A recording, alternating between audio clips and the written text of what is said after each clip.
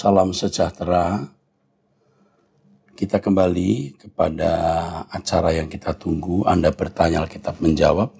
Ini pertanyaan dari Ana, usia 44 tahun, perempuan. Salam Bapak Pendeta Erastus, saya ingin menanyakan apakah ikut terapi long physiology jarak jauh by WA diperbolehkan menurut iman Kristen? Nah, sebenarnya long physiology sendiri adalah metode penyembuhan dengan menyelaraskan aliran energi ke seluruh tubuh, meningkatkan kemampuan tubuh menyembuhkan diri sendiri. Jadi kesehatan yang prima merupakan hasil dari energi dalam darah mengalir lancar melalui sistem organ tubuh. Ya.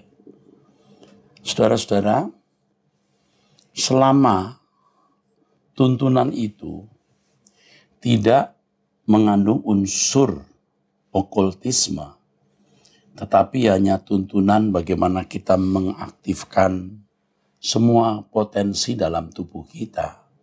Itu tidak salah karena memang di dalam tubuh kita ini ada kemampuan untuk menyembuhkan diri sendiri. Seperti olahraga, ya. Lalu belajar mengatur pernapasan, ya, memiliki saturasi yang baik, itu semua juga merupakan kemampuan dari tubuh kita untuk menyembuhkan diri kita sendiri. Tetapi kalau sudah ada unsur okultisme, harus dihindari. Sebab ilmu kedokteran dan ilmu gizi serta tuntunan olahraga sudah cukup membuat kita bisa menjaga kesehatan dan meningkatkan vitalitas tubuh kita. Ya, saya tidak pernah ikut long physiology ini, jadi secara mendalam saya tidak tahu dan saya tentu tidak boleh dengan cepat menghakimi. Nah, lebih baik kita memiliki nurani atau lebih baik kita membedakan roh dengan nurani yang tajam. Semua yang ada unsur okultismenya tidak boleh. Oke. Kita masuk ke pertanyaan berikut. Usia 36 tahun, wanita, salam Pak Pendeta Erastus yang terkasih. Saya izin bertanya Pak, karena ada yang membingungkan bagi saya atas khotbah Bapak di Wanita Suara Kebenaran Injil part 22. Ya. Kalau tidak salah, ya, Bapak menyebutkan bahwa Abraham tidak sampai ke negeri yang dijanjikan berdasarkan Ibrani 11 ayat 13. Dalam iman mereka semua ini telah mati sebagai orang-orang yang tidak memperoleh apa yang dijanjikan itu. Tetapi hanya dari jauh, ya, dari jauh melihatnya dan melambai-lambai kepadanya.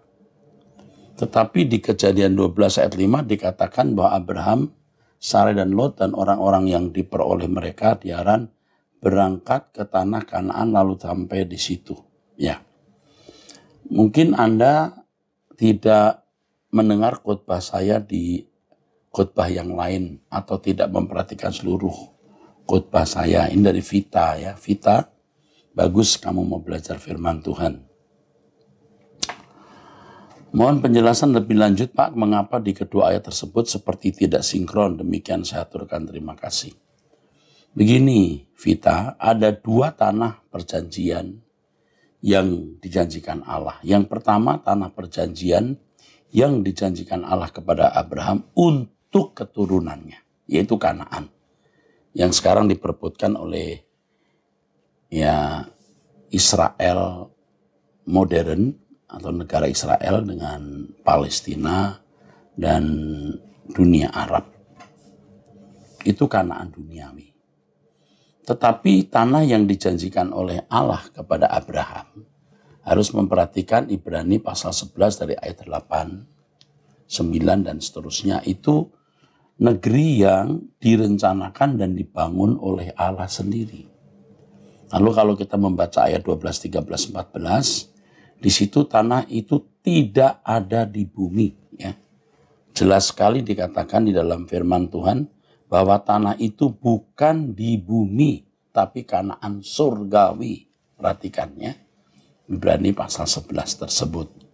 Jadi ini sinkron karena tanah Kanaan yang dimaksud di dalam kitab Kejadian itu tanah Kanaan yang dijanjikan Allah untuk Abraham yang akan ditempati nenek moyangnya, sedangkan tanah Kanaan yang dimaksud Kanaan surgawi ya, yang dimaksud oleh Alkitab itu tanah Kanaan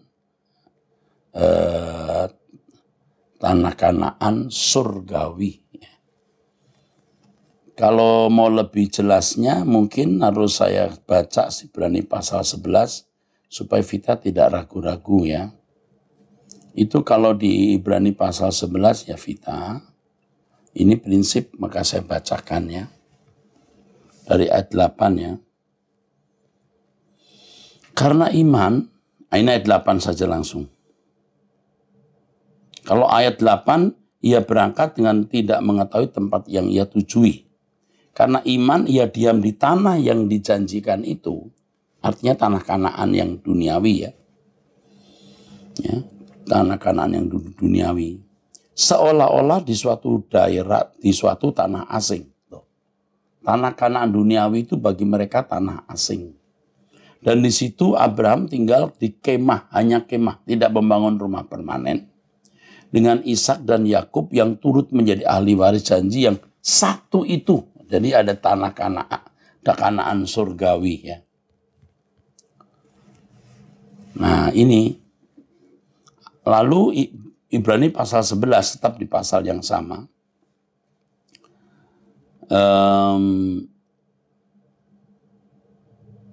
Ayat yang ke-13, dalam iman mereka semua telah mati sebagai orang-orang yang tidak memperoleh apa yang dijanjikan itu. Jadi mereka memang tidak memperoleh janji, tidak memperoleh apa yang dijanjikan itu. Janji yang satu ya, bukan tanah Kanaan duniawi. Tetapi yang hanya dari jauh melihatnya, tapi ini pasti melihat dengan iman. Dan mereka merasa sebagai pendatang di bumi. Dengan rindu mencari suatu tanah air, demikian ayat berikutnya. Dan kalau mereka mau tanah air di bumi, kalau mereka mau tanah air di bumi, mereka cukup bisa pulang ke Ur Kasdim atau tetap menetap di Kanaan dan merasa tidak sebagai orang asing. Dikatakan bahwa mereka merindukan tanah air yang lebih baik, yaitu satu tanah air surgawi. Tuh surgawi. Ya. Dah pokoknya jelas ya Vita. Sekarang tidak ragu-ragu lagi ya. Kembali kasih ya. Kau mengaturkan terima kasih. Dari wanita usia 20 tahun ya. Salam Om Eras. Sebenarnya pertanyaan ini sudah saya tanyakan di Warrior ya. Namun Q&A Warrior. Namun saya tanyakan di sesi akhir. Jadi tidak tahu apakah sudah tersampaikan atau belum, maaf ya.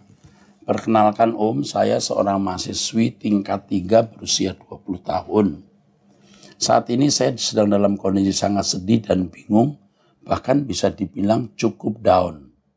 Cukup down. Saya sudah mencoba menyemangati diri saya, namun masalah yang datang seperti tidak ada habis-habisnya. Mulai dari masalah kecil sampai masalah yang menurut saya cukup besar. Dan ada banyak kesulitan-kesulitan yang datang bergantian. Saya merasa seperti sedang dalam penghukuman Tuhan, karena saya tidak bisa menempati janji saya pada Tuhan, dan juga karena saat ini saya sudah tidak melanjutkan pelayanan saya lagi sejak setahun belakangan. Namun saya punya alasan untuk tidak melanjutkan pelayanan ini lagi, karena saya merasa pelayanan saya seperti menghambat kuliah saya. Ditunjukkan dari IP saya, indeks prestasi saya yang turun. Dan saat saya tidak pelayanan, nilai IP saya jadi naik. Tapi saat saya melakukan pelayanan, saya juga melakukannya dengan alasan karena Tuhan sudah baik pada saya. Dan semua saya lakukan tulus untuk memuliakan Tuhan. Apakah memang benar saya dalam penghukuman Tuhan? Dilihat dari masalah-masalah yang datang terus-menerus. Dan sebenarnya saya masih bingung apakah pelayanan yang saya lakukan itu sudah benar dan harus saya lanjutkan. Jika memang benar, mengapa bisa menghambat perkuliahan saya? Padahal saya sudah berjuang untuk terus belajar agar nilai saya bisa bagus. Yang pertama, kepada penanya, saya tidak tahu kamu itu kuliah apa. Seberapa harus menyita waktu, ya. Kalau kedokteran misalnya, kimia misalnya, itu beda dengan sosial politik misalnya, sospol. Ya. Saya juga tidak tahu pelayanan apa yang kau lakukan sampai bisa membuat IP-mu, indeks prestasimu turun. Yang saya tahu, ya, karena saya ini sudah melayani pekerjaan Tuhan 40 tahun lebih, dari dulu juga banyak mahasiswa-mahasiswi yang kuliah tapi pelayanan dan tidak menjadi gagal dalam studi. Nah, sekarang yang saya anjurkan, kamu harus bisa mengatur waktu. Mengatur waktu bukan hanya pelayanan dan kuliah, tapi juga mengatur waktu dalam segala hal. Waktu untuk kuliah, waktu untuk bertemu keluarga, itu juga mesti harus bisa seimbang, balance. Nah, harus bisa mengatur waktu. Nah, pelayanan itu sebenarnya bukan hanya di gereja, kuliahmu juga harus kamu pandang sebagai pelayanan. Jangan kamu merasa tidak melayani karena tidak aktif dalam kegiatan gereja, ya. Kalau untuk sementara waktu tidak ada dalam kegiatan gereja karena tugas-tugas perkuliahan yang padat, misalnya kamu ambil kedokteran, ya, kamu harus sering praktek sampai pulang malam dan lain-lain, sampai tidur di laboratorium kadang-kadang, ya kamu harus sementara waktu tinggalkan kegiatan gereja. Itu bukan meninggalkan pelayanan. Kuliahmu itu juga pelayanan karena kamu mempersiapkan diri menjadi seorang yang nanti akan memiliki keahlian untuk masyarakat. Nah, lalu yang berikut soal persoalan. Persoalan-persoalan itu pasti semua dikontrol, dikendalikan Tuhan, tidak melampaui kekuatan kita, dan pasti tidak mencelakai kita. Justru kita itu didewasakan melalui persoalan. Jadi kalau saran saya, ya, kamu tenang dulu, ya. Kamu aktif dalam kegiatan kuliah dulu tanpa kegiatan gereja, bukan berarti lalu itu tidak melayani. Itu kamu tenang dulu. Jangan merasa terhukum gara-gara itu. Apalagi ini COVID, masa COVID. Saya kira kita harus menghindari kerumunan. Di gereja yang saya layani, pelayanan saya, tidak ada kegiatan di dalam gereja sama sekali kecuali kebaktian live streaming online. Itu pun dibatasi juga orangnya dan selalu ada tes antigen sebelum masuk ruangan. Semua dites antigen. Dari pemain musik, dari cleaning service, semua. Ya, itu saja yang saya bisa berikan. Nasihat saya, ingat ya, jangan merasa berdosanya karena tidak ada kegiatan di dalam gereja. Kuliahmu juga pelayanan. Nah, tadi kalau kamu alasan tidak pelayanan, lalu indeks prestasimu naik, wah, saya kadang-kadang tidak mengerti bagaimana dengan, terus terang saya tidak mengerti letak masalahnya di mana, karena dari dulu saya juga sambil kuliah, sambil pelayanan, sambil bekerja, 3 pekerjaan. Tahu saya dapat nilai baik, ya. Nilai saya juga baik, termasuk nilai cum laude, ya. Bisa, kenapa? Nggak bisa, tentu bisa, ya. Oke, begitu saja ya. Oke. Dari wanita usia 17 tahun, Anita Ruth Simanjuntak, bagaimana cara berpuasa yang benar dan apa bedanya dengan cara berpuasa kita dengan saudara sebangsa setanah air orang Muslim? Bagi kita, puasa itu karena didorong oleh kebutuhan rohani. Seperti murid-murid Yesus yang menantikan penuangan Roh Kudus, mereka berpuasa. Jadi puasa itu bukan karena kita mau tidak makan. Biar tidak makan kita lapar, Tuhan senang, juga tidak sekedar kita belajar menguasai nafsu makan kita. Tapi ada kebutuhan rohani yang mendesak. Sehingga sampai kita harus merendahkan diri, tidak makan. Itu puasa yang benar. Tetapi tidak ada salahnya kalau kita puasa dalam seminggu sekali. Karena intermittent fasting yang juga saya lakukan itu tidak tiap hari ya saudara. Itu bisa menambah imun atau memicu ya, imun kita. Itu saya dengar dari seorang yang memang bisa dipercaya bicara mengenai imunitas. Ya, lalu bisa mengurangi obesitas. Lalu bisa belajar menguasai nafsu makan dan itu bagus. Puasa itu bagus. Tapi jangan selalu dikaitkan dengan keagamaan ya. Jadi puasa kita tidak selalu dikaitkan dengan keagamaan, tapi lebih dikaitkan dengan kesehatan. Tapi kesehatan itu kan bagian dari iman juga sebenarnya. Jadi dengan puasa itu kita sangat mendapat keuntungan. Tapi puasa tidak menjamin kesucian. Kecuali puasa untuk merendahkan diri karena satu kebutuhan rohani, misalnya karena ada dosa yang selalu dilakukan, karena ada pergumulan tertentu dalam pelayanan, itu bisa dilakukan. Oke. Perempuan wanita usia 27 tahun. Salam Pak Era, saya berumah tangga dengan satu anak usia 2 tahun. Saya sangat diberkati oleh khotbah-khotbah Pak Eras, maka dari itu saya pun ingin bertanya. Posisi saya saat ini full mengurus rumah tangga, terkadang hati ingin kembali produktif, tapi karena mengurus anak, saya tidak bisa bekerja. Ingin memiliki usaha, tapi masih bingung mau usaha apa. Boleh tidak ya Pak, jika berinvestasi kripto, trading kripto. Nah ini hati-hati. Ini banyak, ada masalah-masalah yang pernah saya dengar ini. Soalnya saya pernah dengar khotbah Pak Era sebaiknya menghindari jual beli saham, tapi waktu itu tidak dikupas secara mendalam. Kalau boleh, mohon dijelaskan Pak menurut pandangan Bapak dan menurut pandangan Alkitab. Terima kasih banyak sebelumnya. Semoga Pak Eras dapat terus menjadi berkat dan terang bagi dunia.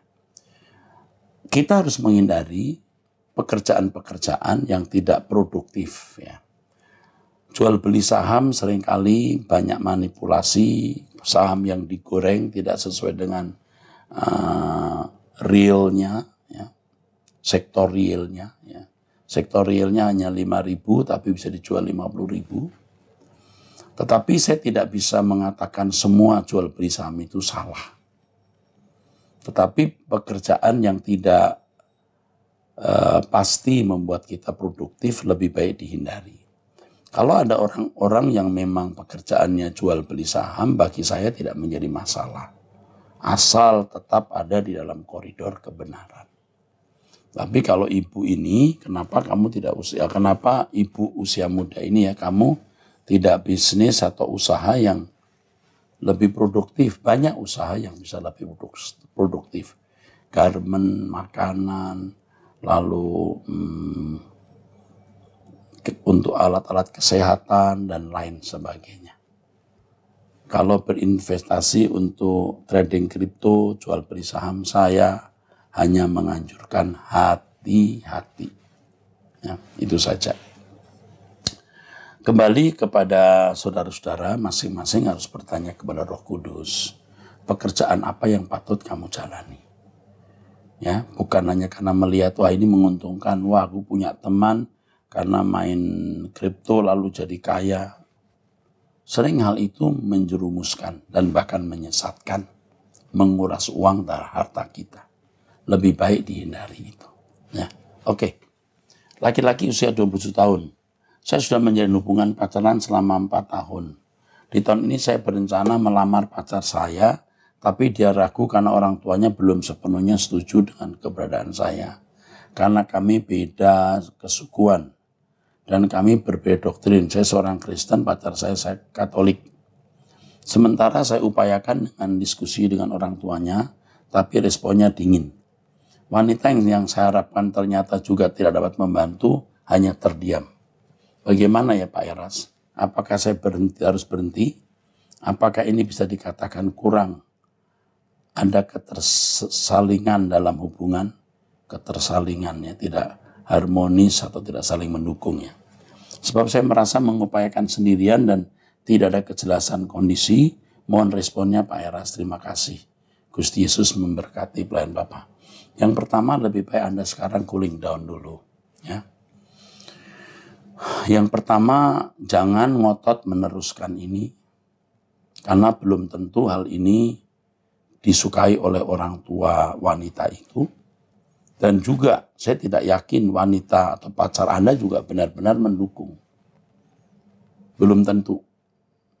Tetapi juga jangan karena orang tua tidak mendukung, lalu pacar Anda diam, lalu Anda putusin. Sudah, nggak usah saya lamar, kita putus hubungan. Anda sudah pacarin dia 4 tahun. Dan kalau Anda memutuskan hubungan itu, Anda jadi jahat. Kalau wanita, pacar Anda bersedia, dan memang saling mencinta, ya menikah saja walaupun orang tua tidak setuju. Kalau terpaksa.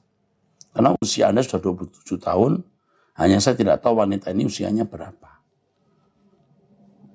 Tapi sekali lagi menikah saja, tapi nanti nunggu waktu cooling down dulu sekarang.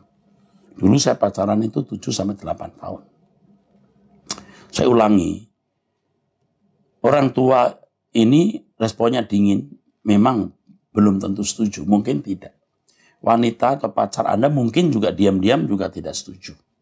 Ya mungkin mulai pasrah, tidak apa-apa, karena cintanya juga tidak bulat terhadap Anda. Maka lebih baik cooling down. Tapi Anda juga jangan karena pacar Anda diam. Diamnya mungkin karena takut loh ya. Dan orang tuanya responnya dingin, lalu Anda putuskan hubungan, Anda jahat karena Anda sudah mematari dia 4 tahun. 4 tahun dia sudah tidak membangun hubungan dengan siapa-siapa. Kalau Anda putuskan, Anda benar-benar jahat. Kalau pacar Anda ini betul-betul cinta dan Anda cinta, ya nikah saja, tapi jangan sekarang. Cooling down dulu. Banyak kok. Saya sudah mendengar beberapa peristiwa orang tua akhirnya setuju kok. Sekarang diam dulu. Itu sudah sering saya temukan. Orang tua yang pada mulanya tidak setuju, akhirnya setuju. Ya. Sekarang diam dulu saja. Ya. Tunggu waktu. Sampai kapan Pak? Lama. Anda masih 27 tahun. Masih ada waktu paling lama 30 tahun. Atau paling cepat 3 tahun lagi maksud saya. Umur 30 nanti Anda menikah. Oke? Cooling down ya, jangan ngotot dulu. Ingat, jangan teruskan ngotot atau jangan putuskan hubungan Anda dengan pacar ini. Oke. Dari perempuan usia 38 tahun. Salam Pak Pendeta Erastus, saya bersyukur bertemu dengan pengajaran Turut ID dan saya merasa terus dikuatkan melalui setiap pengajaran dan firman yang disampaikan oleh Bapak. Terima kasih. Mohon izin saya bertanya untuk pergumulan saya di pekerjaan saya Pak. Saya bekerja sebagai perawat di rumah sakit Kristen swasta mulai tahun 2004. Perjalanan pekerjaan saya berliku-liku di tahun 2004 sampai 2010. Saya bekerja sebagai perawat pelaksana dan diberi tanggung jawab menjadi tim akreditasi di rumah sakit saya. Saya mengerjakan tugas saya dengan sebaik-baiknya dan akhirnya rumah sakit saya lulus. Kemudian tahun 2010 orang tua saya ingin saya menjadi PNS pegawai negeri dan karena saya ingin memenuhi keinginan orang tua saya mendaftar PNS dan ikut ujian. Saat ujian ternyata yang menunggu di ruang tempat saya ujian adalah suami dari salah satu pimpinan di rumah sakit tempat saya bekerja.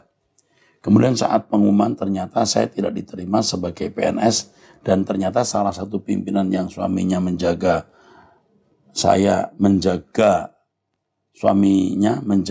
ruang saya. Maaf, saya ulangi. Kemudian saat pengumuman ternyata saya tidak diterima sebagai PNS dan ternyata salah satu pimpinan yang suaminya menjaga ruang saya pas ujian PNS itu melaporkan kepada pimpinan tertinggi bahwa saya mendaftar PNS. Rumah sakit tempat saya bekerja, aturan lisan dan tidak ada tertulis tidak boleh daftar PNS. Akhirnya saya dipanggil oleh pimpinan dan keadaan memojokkan saya untuk harus resign dari rumah sakit itu. Saya terima saja kalau saya harus resign dan ada beberapa tawaran pekerjaan dari teman-teman saya yang mendengar kabar saya resign. Padahal saya belum membuat lamaran pekerjaan. Kemudian saya memutuskan untuk menerima satu tawaran pekerjaan menjadi dosen pengajar di sekolah kesehatan, meskipun saya belum ada pengalaman mengajar.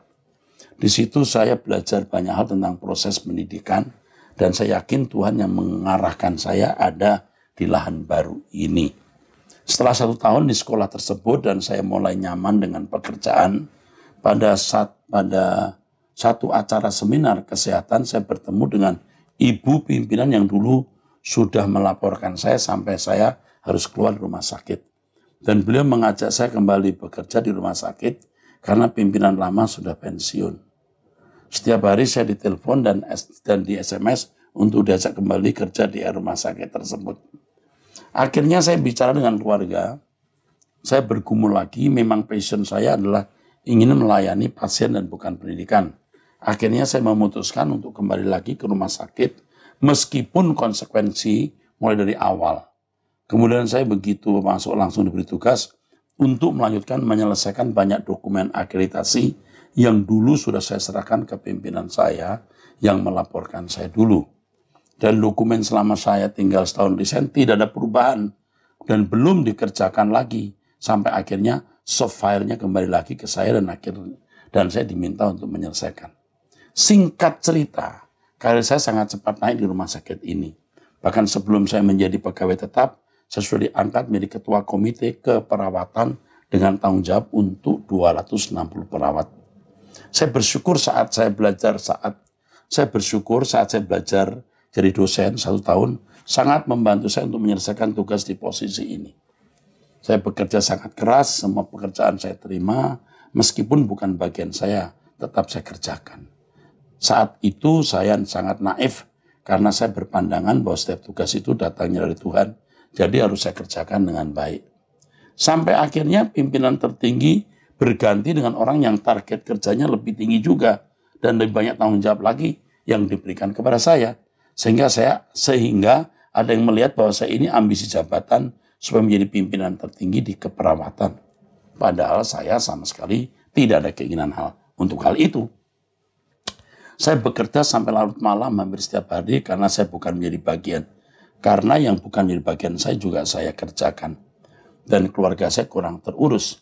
Sampai akhirnya saya jatuh sakit yang serius. Saya mengalami sakit TBC kronis dan ada saraf kejepit pada bagian kaki kiri sampai saya tidak bisa berjalan kemana-mana, harus digendong oleh suami. Waduh.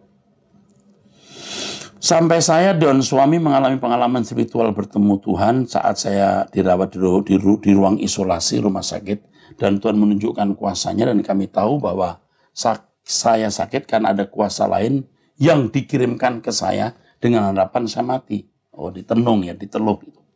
Ternyata kuasa lain yang dikirimkan itu mengenai saya, tapi tidak mengenai saya, tapi mengenai pasien yang ada di depan kamar saya dan meninggal. Waduh.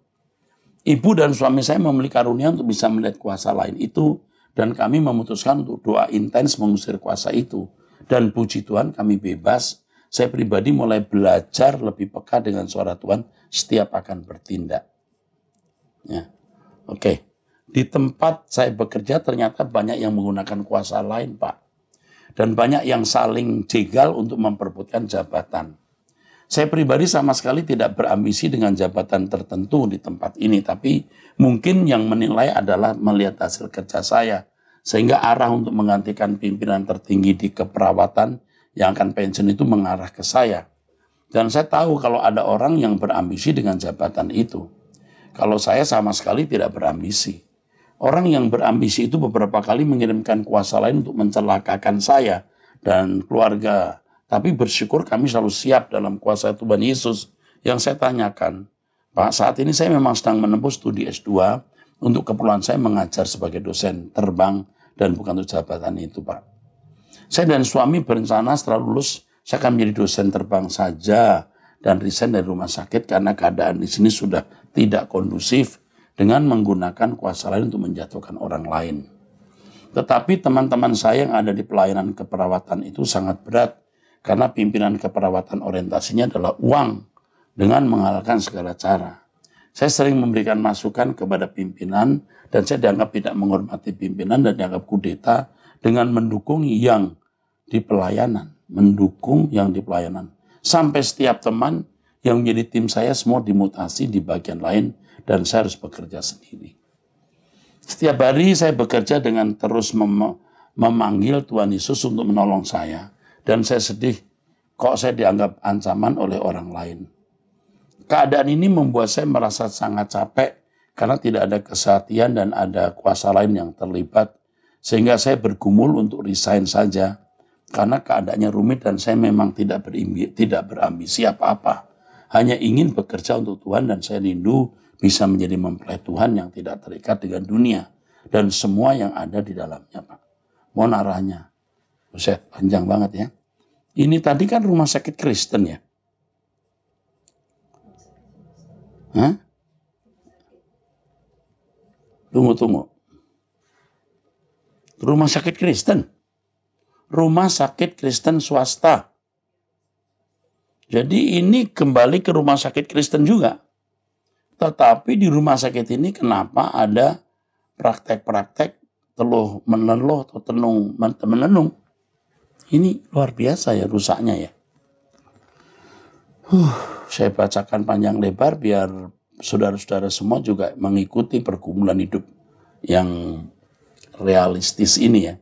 Yang pertama kepada penanya, ibu, usianya berapa ini si ibu nih? Ibu jangan takut kena tenung, Anda nggak akan kena. Usia 38 tahun ya. Kamu tidak perlu takut dengan tenung teluh itu. Selama kita hidup suci, hidup benar, kita tidak akan kena. Dan tidak jarang teluh itu bisa kembali kepada yang ngirim. Jadi nggak ada masalah.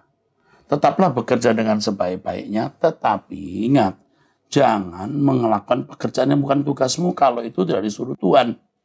Ada sih kadang-kadang kita mengerjakan pekerjaan yang memang bukan bagian kita, tapi Tuhan menghendaki ya kita lakukan.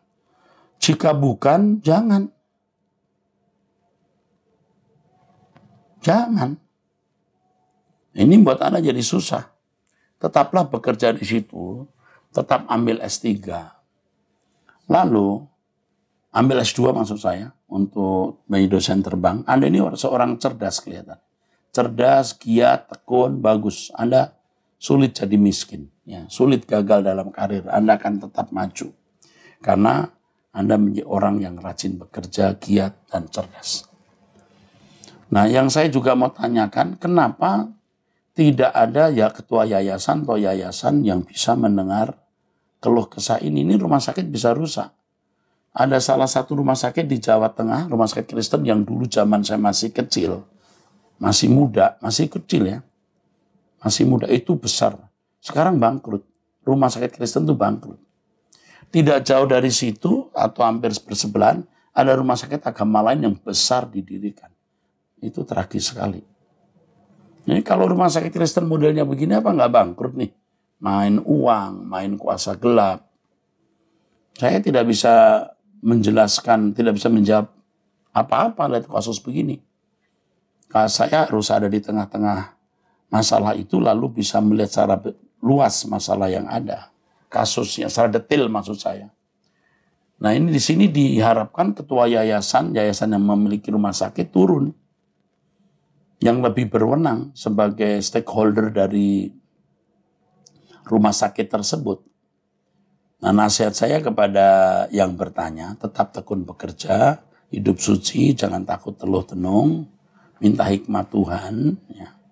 Jangan bekerja berlebihan, harus seimbang antara istirahat dan kerja, dan itu tidak perlu saya nasihatkan. You sudah ada di track yang benar. Tuhan menyertai kamu. Jalani saja semua, kamu sudah tahu apa yang harus kamu lakukan. Ikuti terus Truth ID dengan hikmat Tuhan. Dengan hikmat Tuhan yang diberikan kepadamu, kamu bisa menyelesaikan semua masalah ini. Ya. Ikuti terus pengajaran Truth ID, dan saya senang sekali membaca kesaksian Anda, karena Anda seorang wanita yang akan dipakai Tuhan luar biasa. Ya. Ini masih 38 tahun usiamu. Kamu akan jadi wanita yang akan dipakai Tuhan. Ya, sampai jumpa. Tuhan memberkati.